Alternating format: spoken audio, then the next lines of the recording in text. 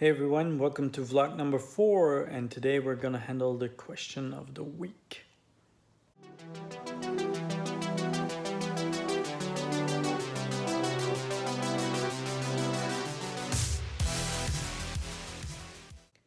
So as some of you might have noticed, I did not post a vlog on Sunday, and that is because I did not receive any questions yet on the previous vlog.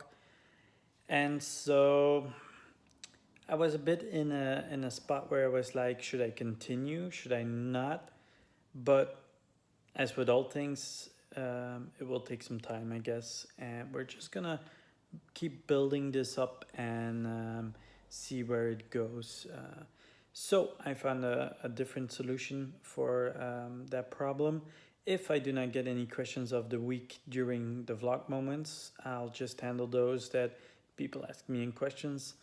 And last week actually, I had the same question twice, which was, hey, if you want to be a freelancer, what are some tips on getting started as a freelancer? Well, first of all, make sure you have some savings because probably you're working as an employee now, which means you'll get paid each month. But as soon as you switch from employee to freelancer, it will take some time for your invoice to get paid. Normally, you would work the month, and at the end of the month, you would get your payment. But as a freelancer, people have 30 days of a payment period, or maybe even 60, depending on where you can start. So make sure you can survive 1 to 2 months. That's the minimum that you would have to save to get started. Also take into account when you work as in Belgium, you will get your what we call the vacation pay. So that's some extra money you could have. But I wouldn't count on that one. I would then, if you know you get it, then I still would at least go for 1 month of payments in the savings account. And then the next tip is the very important one.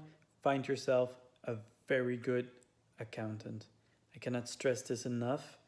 And I started off with an accountant that I thought was great, but so I originally started off as a side stuff, just freelancing on the side, making small websites, stuff like that, nothing fancy.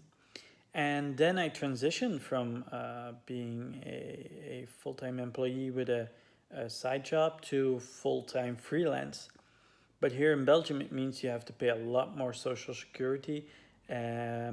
So you have to adjust stuff like that. To give you an example, the minimum when you do it as the side is around 78 euros, I think. But when you're full freelancing, that goes up to 780 euros at a minimum. So that's quite a difference. And my first accountant did not inform me about that, nor did he change it. So I kept paying the 78 euros for a few months, a few quarters actually. And, the debt kept rising pretty fast because of that one.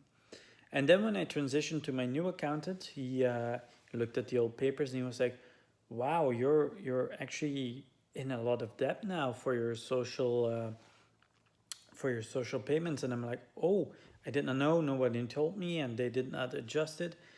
Luckily, the second accountant I had, and still have, by the way, is a very good one. So we worked out a plan to move up payments to go over what I'm normally supposed to pay, so we could build up the reserve and lower the debt. And I think in a few quarters we actually managed to do that, which is fun. But so it's super important to have a really good accountant.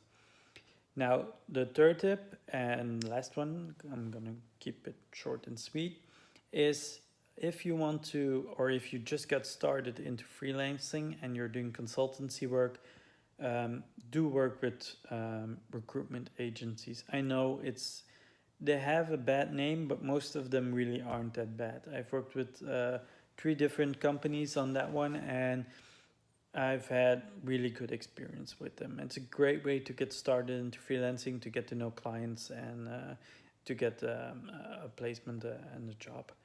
So these are the tips I have for now.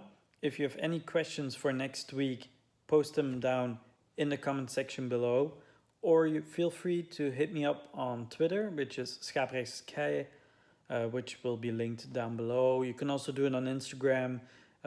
Feel free to reach out to me any way you want. And last but not least, feel free to share this video with people you know that are wanting to go into freelance. And please subscribe to my channel to keep updated on my vlogs. It means the world to me. Thank you very much. See you next time.